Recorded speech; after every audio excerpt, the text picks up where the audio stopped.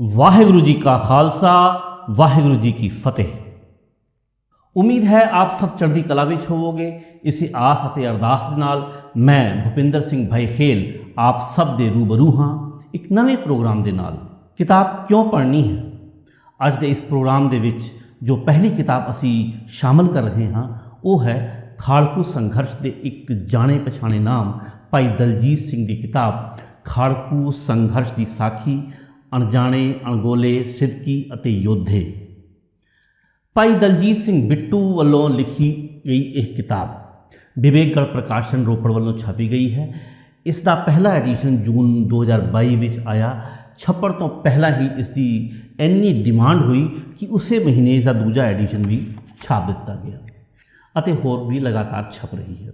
यह किताब 20वीं सदी के आखिरी दहाकियां विच चले खाड़कू संघर्ष के उन्हां अणजाणे अणगौले सिदकियां दे सिदक अते शहादतां दी विथ्या है जिन्हां विचों बहुतियां नूं इतिहास विच कोई पछाण नहीं मिली, लेकिन संघर्ष विच उन्हां दी भूमिका बहुत अहम रही है।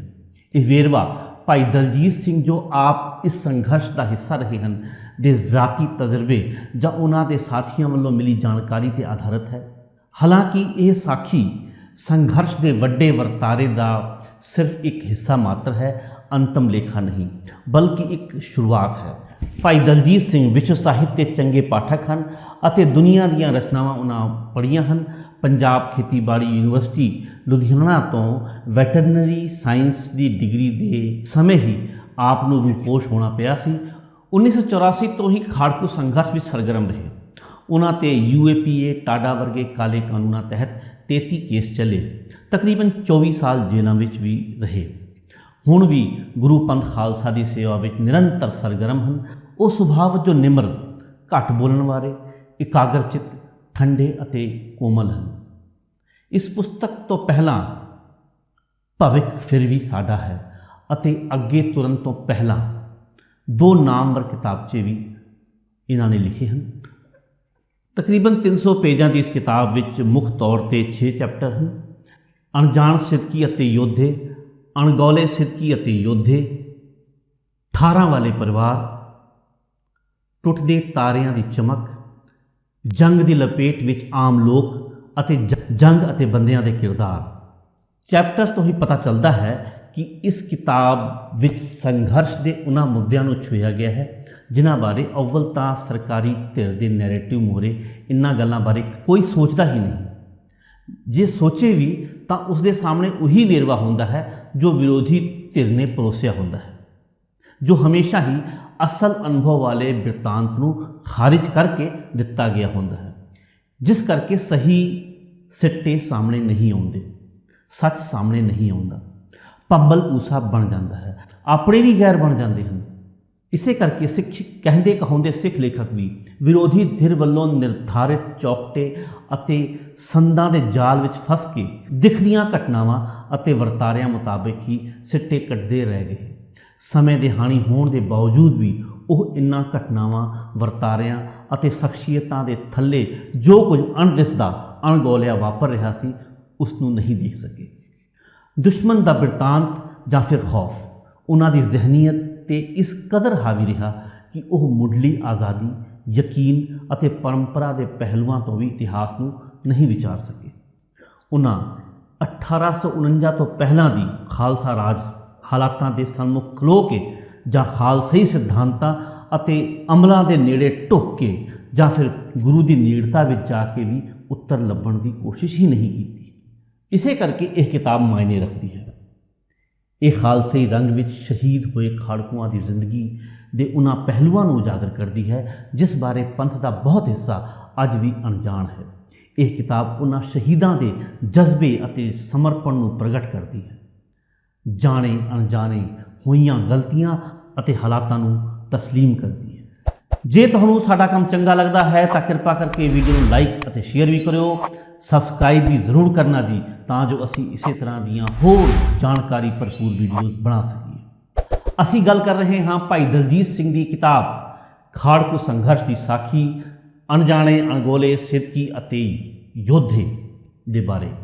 खालसाई विरसे की संभाल पक्षों लेखक दलजीत सिंह का नज़रिया उन्होंने इस किताब को होर भी अहम बना देता है ਕਿਉਂਕਿ ਉਹ ਮੰਨਦੇ ਹਨ ਕਿ ਆਮ ਤੌਰ ਤੇ ਇਤਿਹਾਸਕਾਰੀ ਕੁਝ ਚੋਣਵੇਂ ਬੰਦਿਆਂ ਅਤੇ ਵਰਤਾਰਿਆਂ ਦੇ ਆਲੇ ਦੁਆਲੇ ਹੀ ਘੁੰਮਦੀ ਹੈ ਜੋ ਸਹੀ ਮਾਇਨੇ ਵਿੱਚ ਸਮੇਂ ਨੂੰ ਬਿਆਨ ਨਹੀਂ ਕਰ ਸਕਦੀ, ਜਦਕਿ ਬਹੁਤ ਸਾਰੀਆਂ ਹੋਰ ਘਟਨਾਵਾਂ ਅਤੇ ਕਿਰਦਾਰ ਉਸ ਸਮੇਂ ਦੀ ਹਕੀਕਤ ਹੁੰਦੇ ਹਨ ਜਿਨ੍ਹਾਂ ਨੂੰ ਜਾਣੇ ਬਗੈਰ ਨਾ ਸੱਚ ਨੂੰ ਸਮਝਿਆ ਜਾ ਸਕਦਾ ਹੈ ਤੇ ਨਾ ਹੀ ਉਸ ਦੌਰ ਨੂੰ। ਉਹ ਇਤਿਹਾਸ ਚੋਂ ਇੱਕ ਉਦਾਹਰਣ ਦਿੰਦੇ ਹਨ।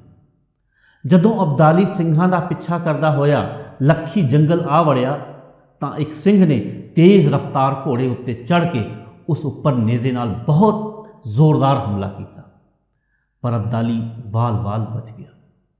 ਹਾਲਾਂਕਿ ਚੌਬਦਾਰਾਂ ਨੇ ਉਸ ਸਿੰਘ ਨੂੰ ਸ਼ਹੀਦ ਕਰ ਦਿੱਤਾ, ਪਰ ਇਸ ਹਾਦਸੇ ਦੀ ਦਹਿਸ਼ਤ ਮਰਨ ਤੱਕ ਅਬਦਾਲੀ ਦੇ ਮਨੋਂ ਨਹੀਂ ਸੀ ਨਿਕਲੀ। ਸੋ ਕਿਤਨਾ ਖਾਸ ਯੋਗਦਾਨ ਸੀ ਇਸ ਸਿੰਘ ਦਾ। ਹਾਲਾਂਕਿ ਉਸ ਸ਼ਹੀਦ ਨੂੰ ਆਮ ਲੋਕ ਨਹੀਂ ਜਾਣਦੇ, ਉਸ ਨੂੰ ਨਾਂ ਦੀ ਜ਼ਰੂਰਤ ਵੀ ਨਹੀਂ, ਕਿਉਂਕਿ ਉਹ ਗੁਰੂ ਪੰਥ ਦਾ ਸ਼ਹੀਦ ਹੈ, ਪੰਥ ਦਾ ਨਿੱਘਰ ਸਰਮਾਇਆ ਹੈ। ਇਹੀ ਸੱਚ ਹੈ ਇਸ ਸੰਘਰਸ਼ ਦਾ ਵੀ, ਕਿਉਂਕਿ ਸਾਰਿਆਂ ਨੂੰ ਇੱਕੋ ਜਿਹੀ ਸ਼ੋਹਰਤ ਜਾਂ ਇੱਜ਼ਤ ਨਹੀਂ ਮਿਲਦੀ। ਕਈ ਕਿਰਦਾਰ ਬੇਨਾਮ ਗੁੰਮਨਾਮ ਰਹਿ ਜਾਂਦੇ ਹਨ, ਪਰ ਉਹਨਾਂ ਦਾ ਯੋਗਦਾਨ ਕਿਸੇ ਨਾਲੋਂ ਘੱਟ ਨਹੀਂ ਹੁੰਦਾ। ਜਿਸ ਸਿਦਕ ਨਾਲ ਉਹ ਜੂਝ ਰਹੇ ਹੁੰਦੇ ਹਨ, ਸ਼ਹੀਦ ਹੁੰਦੇ ਹਨ, ਉਹਨਾਂ ਦੇ ਉੱਚੇ ਕਿਰਦਾਰ ਅਤੇ ਅਮਲ ਹੀ ਵੱਡੇ ਨਾਇਕ ਸਿਰਜਦੇ ਹਨ, ਉਹਨਾਂ ਲਈ ਜ਼ਮੀਨ ਤਿਆਰ ਕਰਦੇ ਹਨ। ਦਰਅਸਲ ਇਹੀ ਇਤਿਹਾਸ ਦੀਆਂ ਨੀਹਾਂ ਦੇ ਉਸਾਰੀਏ ਹੁੰਦੇ ਹਨ। ਇਸੇ ਲਈ ਪੰਥ ਨੇ ਸਾਰੇ ਸ਼ਹੀਦਾਂ ਨੂੰ ਇੱਕੋ ਜਿਹੀ ਥਾਂ ਦਿੱਤੀ ਹੈ, ਕੋਈ ਛੋਟਾ ਨਹੀਂ, ਕੋਈ ਵੱਡਾ ਨਹੀਂ। ਐਸੇ ਹੀ ਅਣਜਾਣ ਅਣਗੌਲੇ ਸਿੰਘਾਂ ਤੋਂ ਹੀ ਗੱਲ ਸ਼ੁਰੂ ਕਰਦੀ ਹੈ ਇਹ ਕਿਤਾਬ। ਇਸ ਕਿਤਾਬ ਦਾ ਆਧਾਰ ਅਕੈਡਮਿਕ ਜਾਣਕਾਰੀ ਨਹੀਂ, ਨਾ ਹੀ ਸੁਣੀਆਂ ਸੁਣਾਈਆਂ ਗੱਪਾਂ, ਬਲਕਿ ਉਹਨਾਂ ਬਾਰੇ ਦੱਸਿਆ ਗਿਆ ਹੈ ਜਿਨ੍ਹਾਂ ਨਾਲ ਸੰਘਰਸ਼ ਦੌਰਾਨ ਖੁਦ ਲੇਖਕ ਦਾ ਵਿਅਕਤੀਗਤ ਵਾਕਿਆ ਜਾਂ ਜਿਨ੍ਹਾਂ ਬਾਰੇ ਭਾਈ ਦਲਜੀਤ ਸਿੰਘ ਨੇ ਕਿਸੇ ਆਪਣੇ ਨੇੜਲੇ ਤੋਂ ਸੁਣਿਆ। ਕਿਤਾਬ ਖਾੜਕੂਆਂ ਦੇ ਉਸ ਨੈਤਿਕ ਪੱਖ ਦੀ ਸਾਖੀ ਹੈ ਜਿਸ ਕਰਕੇ ਉਹ ਨਾਇਕ ਬਣੇ, ਹਕੂਮਤਾਂ ਦੇ ਖਿਲਾਫ ਲੜਦੇ ਹੋਏ ਮਾਨਸਿਕ ਦਬਾਅ ਦੇ ਰੂਬਰੂ ਨੈਤਿਕ ਨਿਯਮਾਂ ਦੀ ਪਾਲਣਾ ਦੀਆਂ ਚੁਣੌਤੀਆਂ ਦਾ ਸਾਹਮਣਾ ਕਰਦੇ ਨੇ। ਉਸ ਦੌਰ ਦੀ ਹਕੀਕਤ ਦਾ ਬਿਆਨ ਕਰਦੇ ਹੋਏ ਲੇਖਕ ਭਾਈ ਦਲਜੀਤ ਸਿੰਘ ਆਪਣੀ ਸ਼ਿਰਕਤ ਦਾ ਵੀ ਜ਼ਿਕਰ ਕਰਦੇ ਹਨ। ਉਹ ਲਿਖਦੇ ਹਨ ਕਿ ਜੂਨ 1984 ਤੱਕ ਸਾਰਾ ਇਤਿਹਾਸ ਸੰਤ ਜਰਨੈਲ ਸਿੰਘ ਦੀ ਖਾਲਸਾ ਭਿੰਡਰਾਂਵਾਲੇ ਦੇ ਆਲੇ ਦੁਆਲੇ ਕੇਂਦਰਿਤ ਸੀ। ਉਹੀ ਰੂਹਾਨੀ ਤਾਕਤ ਵਜੋਂ ਇਤਿਹਾਸ ਨੂੰ ਸੇਧਤ ਕਰ ਰਹੇ ਸਨ। ਉਸ ਤੋਂ ਪ੍ਰੇਰਣਾ ਲੈ ਕੇ ਅਸੀਂ ਸਾਰੇ ਆਪਣੇ ਆਪਣੇ ਹਿਸਾਬ ਨਾਲ ਯੁੱਧ ਵਿੱਚ ਸ਼ਾਮਲ ਹੋਏ। ਉਹ ਐਸਾ ਦੌਰ ਸੀ ਜਦ ਜੰਗ ਦਾ ਕੋਈ ਸਿਰਾ ਨਹੀਂ ਸੀ ਦਿਸਦਾ ਸਿਵਾਏ ਜੰਗ ਅਤੇ ਸ਼ਹਾਦਤ ਦੇ। ਅਸੀਂ ਰੂਹ ਦੇ ਜ਼ੋਰ ਨਾਲ ਜੀ ਰਹੇ ਸਾਂ। ਗੁਰੂ ਪੰਥ ਦੀ ਓਟ, ਗੁਰੂ ਪੰਥ ਦਾ ਆਸਰਾ ਅਤੇ ਗੁਰੂ ਸਿਧਾਂਤ ਸਾਡੇ ਸਰੋਤ ਸਨ। ਨਿਸ਼ਚੈ ਅਤੇ ਰਵਾਇਤਾਂ ਦਾ ਬੋਲਬਾਲਾ ਸੀ, ਸਿਦਕ ਦੀ ਅਜਮਾਇਸ਼ ਦਾ ਪੰਧ ਸੀ, ਅਰਦਾਸ ਅਤੇ ਸਿਮਰਨ ਦੀ ਟੇਕ ਵਾਲਾ ਨਿਸ਼ਚਾ ਸੀ। ਪੰਥ ਦੀ ਅਰਦਾਸ ਅਤੇ ਭਾਵਨਾ ਇਸ ਦੀ ਪਿੱਠ ਭੂਮੀ ਸੀ। ਉਸ ਦੌਰ ਵਿੱਚ ਅਸੀਂ ਕਿਸੇ ਹੋਰ ਦੁਨੀਆ ਅਤੇ ਮੰਡਲ ਵਿੱਚ ਹੁੰਦੇ ਸਾਂ। ਦੁਨੀਆ ਦੀਆਂ ਸਿਆਸਤਾਂ ਅਤੇ ਸਿਆਣਪਾਂ ਉਸ ਤੱਕ ਨਹੀਂ ਸਨ ਪਹੁੰਚ ਸਕਦੀਆਂ। ਇਸੇ ਕਰਕੇ ਇਸ ਦੁਨੀਆ ਵਿੱਚ ਰਹਿ ਕੇ ਉਸ ਦੁਨੀਆ ਬਾਰੇ ਜੇ ਕੋਈ ਲਿਖੇਗਾ ਤਾਂ ਕੀ ਇਨਸਾਫ ਕਰੇਗਾ? ਗਲਤੀ ਹੀ ਕਰੇਗਾ। ਲੇਖਕ ਸਪਸ਼ਟ ਕਰਦਾ ਹੈ ਕਿ ਹੋਰਾਂ ਲਈ ਇਹ ਜੰਗ ਅਤੇ ਸ਼ਹਾਦਤ ਬੇਮਾਇਨੇ ਹੋ ਸਕਦੀ ਹੈ, ਪਰ ਸੱਚ ਇਹ ਹੈ ਕਿ ਖਾਲਸਾ ਪੰਥ ਨੇ ਇਸ ਜੰਗ ਅਤੇ ਇਹਨਾਂ ਸ਼ਹਾਦਤਾਂ ਰਾਹੀਂ ਆਪਣੇ ਆਪ ਨੂੰ ਨਵਿਆਇਆ ਅਤੇ ਪ੍ਰਜਵਲਿਤ ਕੀਤਾ, ਰੀਜੂਵਨੇਟਡ ਐਂਡ ਰੀਚਾਰਜਡ ਗਿਆ। ਇਹ ਸਭ ਅਜਾਈ ਨਹੀਂ ਗਿਆ, ਬੇਅਰਥ ਨਹੀਂ ਰਿਹਾ। ਕਿਸਾਨ ਅੰਦੋਲਨ ਦੇ ਪਿੱਛੇ ਸਿਆਸੀ ਚੈਤਨਤਾ ਵੱਲ ਇਸ਼ਾਰਾ ਕਰਦੇ ਹੋਏ ਲੇਖਕ ਸਪਸ਼ਟ ਕਰਦਾ ਹੈ ਕਿ ਹਾਲ ਵਿੱਚ ਜੋ ਵਰਤਾਰੇ ਅਤੇ ਗੁਰੂ ਦੀ ਕਲਾ ਵਰਤੀ ਹੈ ਅਤੇ ਵਰਤ ਰਹੀ ਹੈ ਕਿ ਹੁਣ ਕੁਝ ਗਿਣੇ ਚੁਣੇ ਲੋਕਾਂ ਨੂੰ ਉਸ ਦੌਰ ਦਾ ਮਹੱਤਵ ਸਮਝ ਆਉਣ ਲੱਗਾ ਹੈ ਕਿ ਜੇ ਉਸ ਦੁਨੀਆ ਵਿੱਚ ਇਹ ਜੰਗ, ਅਰਦਾਸਾਂ ਅਤੇ ਸ਼ਹਾਦਤਾਂ ਨਾ ਹੁੰਦੀਆਂ ਤਾਂ ਭਵਿੱਖ ਸੁੰਨਾ ਸੀ। ਵਰਤਮਾਨ ਨੇ ਨਹੀਂ ਸੀ ਤੁਰਨਾ। ਉਹਨਾਂ ਘਟਨਾਵਾਂ ਅਤੇ ਸ਼ਹਾਦਤਾਂ ਦੇ ਦਿਸਣਯੋਗ ਰੰਗ ਹੀ ਅੱਜ ਪ੍ਰਗਟ ਹੋਏ ਹਨ। ਇਸੇ ਲਈ ਅੱਜ ਦੇ ਦੌਰ ਵਿੱਚ ਉਸ ਦੌਰ ਬਾਰੇ ਕਹਿਣ ਲਈ ਥਾਂ ਬਣ ਗਈ ਹੈ। ਸ਼ਾਇਦ ਇਸੇ ਲਈ ਜਿੰਦਾ ਬਚ ਗਏ ਸਨ ਭਾਈ ਦਲਜੀਤ ਸਿੰਘ ਉਸ ਦੌਰ ਦੀ ਸਾਖੀ ਭਰਨ ਲਈ। ਵਾਕਈ ਉਸ ਦੌਰ ਦੀ ਸਜੀਵ ਗਵਾਹੀ ਹੈ ਇਹ ਪੁਸਤਕ।